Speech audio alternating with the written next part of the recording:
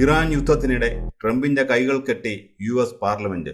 Senate പ്രമേയം പാസാക്കും മുമ്പ് ഇറാനെ ട്രംപ് തകർക്കുമോ അതോ യുദ്ധം നിർത്തി ഓടുമോ? ലോകം ഞെട്ടലിൽ. പശ്ചിമേഷ്യയിൽ ഇറാനുമായി യുദ്ധം നടത്തുന്ന അമേരിക്കൻ പ്രസിഡന്റ് ഡൊണാൾഡ് ട്രംപിന് സ്വന്തം മണ്ണിൽ നിന്ന്, സ്വന്തം പാർലമെന്റിൽ നിന്ന് കനത്ത പ്രഹരം. ഈ യുദ്ധത്തിന്റെ ഭാവി ഇനി മാറാൻ പോകുന്നത് യുദ്ധക്കളത്തിലെ നീക്കങ്ങൾ കൊണ്ടല്ല, പകരം വാഷിംഗ്ടണിലെ രാഷ്ട്രീയ അട്ടിമറികൾ കൊണ്ടാണ്. ഇറാനെതിരായ ട്രംപിന്റെ ഏകപക്ഷീയമായ സൈനിക നീക്കങ്ങൾക്ക് പൂട്ടിടാൻ അമേരിക്കൻ ജനപ്രതിനിധി സഭ ചരിത്രപരമായ പ്രമേയം പാസാക്കിയിരിക്കുന്നു.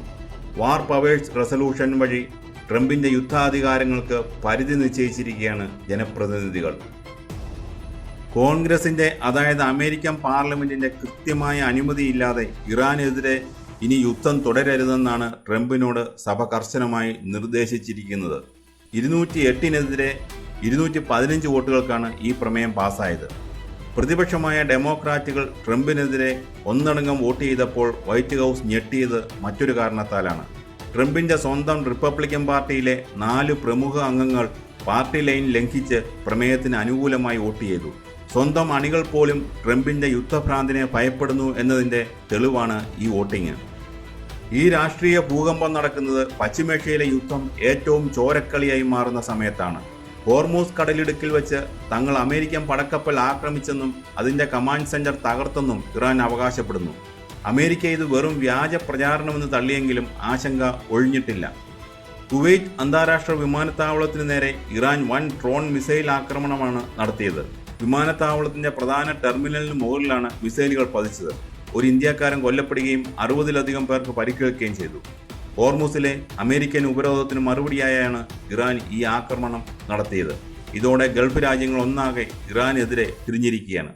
എന്നാൽ ഇപ്പോൾ ലോകത്തിന്റെ ചോദ്യം ഇറാൻ എന്ത് ചെയ്യുമെന്നല്ല, പാർലമെന്റിൽ നിന്നേറ്റ അടിയോട് ട്രംപ് എങ്ങനെ പ്രതികരിക്കും എന്നതാണ്. ഈ തിരിച്ചടി ട്രംപിനെ എങ്ങനെ ബാധിക്കും? അത് ട്രംപിന്റെ ഇമേജിനെ എങ്ങനെ തകർക്കും? ഡൊണാൾഡ് ട്രംപ് എപ്പോഴും സ്വയം വിശേഷിപ്പിക്കുന്നത് ലോകത്തെ ഏറ്റവും ശക്തനായ നേതാവ് എന്നാണ്. താൻ വിചാരിച്ചാൽ ഏത് യുദ്ധവും അവസാനിപ്പിക്കാം, ഏത് രാജ്യത്തെയും മുട്ടുകുത്തിക്കാം എന്നാണ് ട്രംപിന്റെ വാദം. എന്നാൽ സ്വന്തം പാർലമെന്റ് തൻ്റെ കൈകൾ കെട്ടിയിടാൻ നോക്കുമ്പോൾ ട്രംപിന്റെ ആ ശക്തനായ നേതാവ് എന്ന ഇമേജാണ് തകരുന്നത്. ലോകരാജ്യങ്ങൾക്ക് മുന്നിൽ ട്രംപ് ദുർബലനായി ചിത്രീകരിക്കപ്പെടുന്നു. അമേരിക്കൻ ജനതയ്ക്ക് മറ്റൊരു ദീർഘകാല യുദ്ധത്തോട് താല്പര്യമില്ല. വിയറ്റ്നാമിലും ഇറാഖിലും അഫ്ഗാനിസ്ഥാനിലും കോടിക്കണക്കിന് ഡോളറും ആയിരക്കണക്കിന് അമേരിക്കൻ സൈനികരുടെ ജീവനും കളഞ്ഞ ചരിത്രം അവർക്ക് മുന്നിലുണ്ട്. ഇറാനുമായുള്ള യുദ്ധം അമേരിക്കൻ സമ്പദ് വ്യവസ്ഥയെ തകർക്കുമെന്ന് ജനപ്രതിനിധികൾ ഭയപ്പെടുന്നു. ഇതാണ് ട്രംപിനെ പ്രതിരോധത്തിലാക്കുന്നത്. യുദ്ധം തുടങ്ങുമ്പോൾ ട്രംപിന്റെ മനസ്സിൽ ചില വമ്പൻ അജണ്ടകൾ ഉണ്ടായിരുന്നു. ഇറാനിലൊരു ഭരണമാറ്റം കൊണ്ടുവരിക, അവിടുത്തെ എണ്ണക്കച്ചവടം സ്വന്തമാക്കുക, ഹോർമൂസ് കടലിടുക്കിൽ അമേരിക്കൻ അവകാശം സ്ഥാപിക്കുക. ഇതൊക്കെയായിരുന്നു അമേരിക്കയുടെ ലക്ഷ്യങ്ങൾ. ഇസ്രായേലിനാകട്ടെ ഇറാന്റെ ആണവ ഭീഷണി എന്നേക്കുമായി തീർക്കണമെന്നായിരുന്നു. എന്നാൽ ഈ ലക്ഷ്യങ്ങളൊന്നും പൂർണ്ണമായി നേടാൻ ട്രംപിന് കഴിഞ്ഞിട്ടില്ല. അതിനിടയിലാണ് പാർലമെന്റ് വിലങ്ങ് തീർക്കുന്നത്. ഇത് ട്രംപിന്റെ ഈഗോയെ വല്ലാതെ മുറിവേൽപ്പിക്കും. ആക്രമണങ്ങൾ തുടർന്നാൽ സ്വന്തം നാട്ടിൽ നിയമ നടപടികളും രാഷ്ട്രീയ പ്രതിസന്ധിയും നേരിടേണ്ടി വരും. യുദ്ധം നിർത്തിയാൽ ഇറാനും ലോകത്തിനു മുന്നിലും തോറ്റുപോയി എന്ന് സമ്മതിക്കേണ്ടി വരും. ട്രംപ് ഇപ്പോൾ ഒരു ഇരുതല മൂർച്ചയുള്ള വാളിന്മേലാണ് നിൽക്കുന്നത്. ഈ പ്രമേയം ഇനി പോകുന്നത് അമേരിക്കൻ പാർലമെന്റിന്റെ ഉപരിസഭയായ സെനറ്റിലേക്കാണ്. അവിടെയാണ് യഥാർത്ഥ കളി നടക്കാൻ പോകുന്നത്. നിലവിൽ സെനറ്റിൽ ട്രംപിന്റെ റിപ്പബ്ലിക്കൻ പാർട്ടിക്ക് നേരിയ ഭൂരിപക്ഷമുണ്ട്. സാധാരണഗതിയിൽ ട്രംപിന്റെ പാർട്ടി പ്രമേയത്തെ എതിർത്ത് തോൽപ്പിക്കേണ്ടതാണ്. എന്നാൽ ഇപ്പോഴത്തെ രാഷ്ട്രീയ സാഹചര്യം പ്രവചനാതീതമാണ്.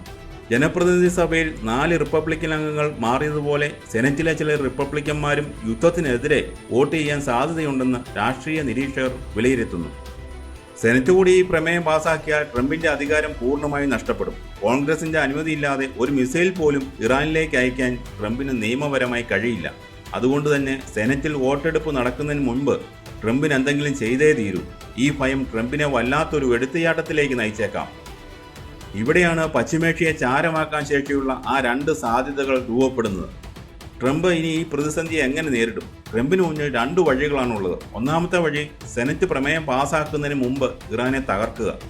തൻ്റെ കൈകൾ നിയമപരമായി കെട്ടപ്പെടുന്നതിന് മുമ്പ് ഇറാനുമേൽ ചരിത്രത്തിലെ ഏറ്റവും വലിയ സൈനിക ആക്രമണം അഴിച്ചുവിടുക. ഇറാന്റെ ആണവ നിലയങ്ങളും സൈനിക ആസ്ഥാനങ്ങളും ബോംബിട്ട് തകർക്കുക. യുദ്ധത്തിൽ പെട്ടെന്നൊരു വൻ വിജയം നേടുക. അതിലൂടെ അമേരിക്കൻ ജനതയ്ക്ക് മുന്നിൽ തൻ്റെ ഇമേജ് വർദ്ധിപ്പിക്കുക.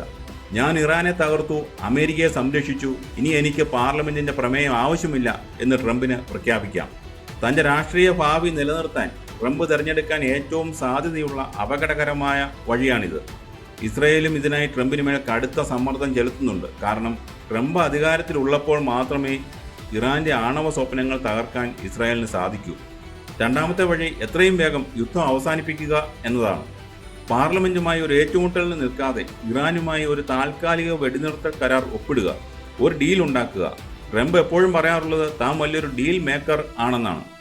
ആഭ്യന്തര രാഷ്ട്രീയത്തിൽ നാണക്കേടുണ്ടാകുന്നതിന് മുമ്പ് യുദ്ധം നിർത്തി അമേരിക്കൻ സൈനികരെ തിരികെ വിളിച്ച് ജനങ്ങളുടെ കയ്യടി നേടാൻ ട്രംപ് ശ്രമിച്ചേക്കാം. ഞാൻ അമേരിക്കൻ പണവും സൈനികരുടെ ജീവനും രക്ഷിച്ചു എന്ന് ട്രംപിന് വോട്ടർമാരോട് പറയാം. എന്നാൽ ഈ വഴി തെരഞ്ഞെടുത്താൽ ഇസ്രായേൽ ട്രംപിനെ കൈവിടും. ഇറാന്റെ ആണവ ഭീഷണി നിലനിൽക്കെ യുദ്ധം നിർത്താൻ ഇസ്രായേൽ സമ്മതിക്കില്ല. അത് ട്രംപിന്റെ അന്താരാഷ്ട്ര സഖ്യങ്ങളിൽ വിള്ളലുണ്ടാക്കും. ചുരുക്കത്തിൽ ഇറാന്റെ കുവൈറ്റ് ആക്രമണവും ഹോർമുസിലെ പടക്കപ്പൽ തർക്കവും യുദ്ധത്തെ ഒരു വഴിക്കെത്തിച്ചപ്പോൾ അമേരിക്കൻ പാർലമെന്റ് അതിനെ മറ്റൊരു വഴി തിരിച്ചുവിട്ടിരിക്കുകയാണ്. ഇനി വരാൻ പോകുന്നത് നിർണായകമായ മണിക്കൂറുകളാണ്. സെനറ്റിലെ വോട്ടെടുപ്പിന് മുമ്പ് തന്റെ ഇമേജ് വർദ്ധിപ്പിക്കാൻ ട്രംപ് ഇറാനുമേൽ ഒരു മഹായുദ്ധം അഴിച്ചുവിടുമോ? അതോ നാണക്കേട് ഒഴിവാക്കാൻ പെട്ടെന്ന് യുദ്ധം അവസാനിപ്പിച്ച് പിന്മാറുമോ?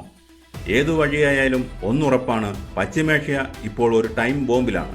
അതിൻ്റെ റിമോട്ട് കൺട്രോൾ വാഷിംഗ്ടണിലെ രാഷ്ട്രീയക്കാരുടെ കൈകളിലാണ്. ലോകം ശ്വാസമടക്കി പിടിച്ച് കാത്തിരിക്കുന്നു ട്രംപിൻ്റെ അടുത്ത നീക്കത്തിനായി.